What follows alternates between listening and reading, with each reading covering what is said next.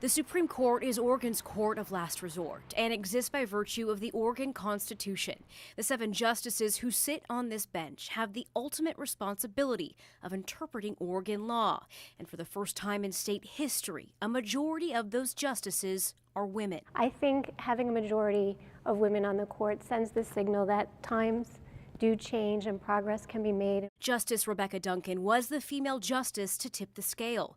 Duncan was appointed to the bench by Governor Kate Brown in May of 2017. I heard from people who were incredibly excited, and there were people who had gone to law school or where law school wasn't even really an option for them at the time they were entering their professional lives, just because of what was viewed as available career paths for women, and they were just so excited to see what had been a limit no longer existing. Justice Martha Lee Walters, Justice Lynn Nakamoto, and Justice Megan Eileen Flynn say they too have heard similar stories since that momentous day. Everybody wants to know that they're going to be heard. If they appear before a court of law, what's the most important thing to them?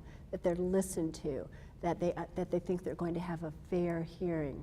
And so if people see people on the bench who they think are similar to them in some way, it makes them think, oh, there's someone who I think will listen to me. So we need to have great diversity. A fair hearing is of utmost importance to these justices, though that hearing is unlike what happens in most courtrooms. There is no jury, no presentation of evidence, and no witnesses are heard. By the time it gets to us, it's very narrow, and we have to rely on what the factual findings were in the trial court. And then it's really probably a dispute about one very small piece of the law. A ruling from the Supreme Court can impact all Oregon cases moving forward. Pressure the justices say that challenges them to do their very best work. Sometimes a case hinges solely on their interpretation of the law. The law can only be written with so much detail, and we try to fill in the detail or give the interpretations when there are 2 different interpretations of it. Words are important. Yes, words are our life. Simply sitting in their presence is a lesson in precision.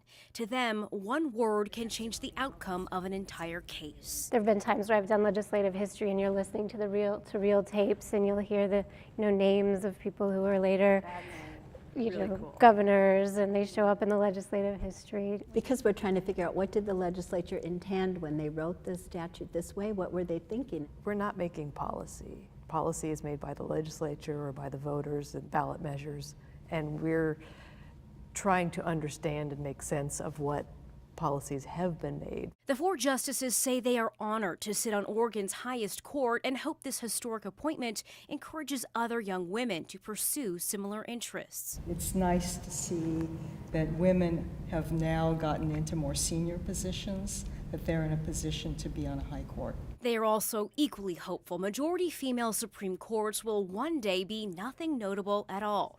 Instead, they'll be common. I would love it if someday it didn't matter who you were when you got appointed to the court, if we got through that.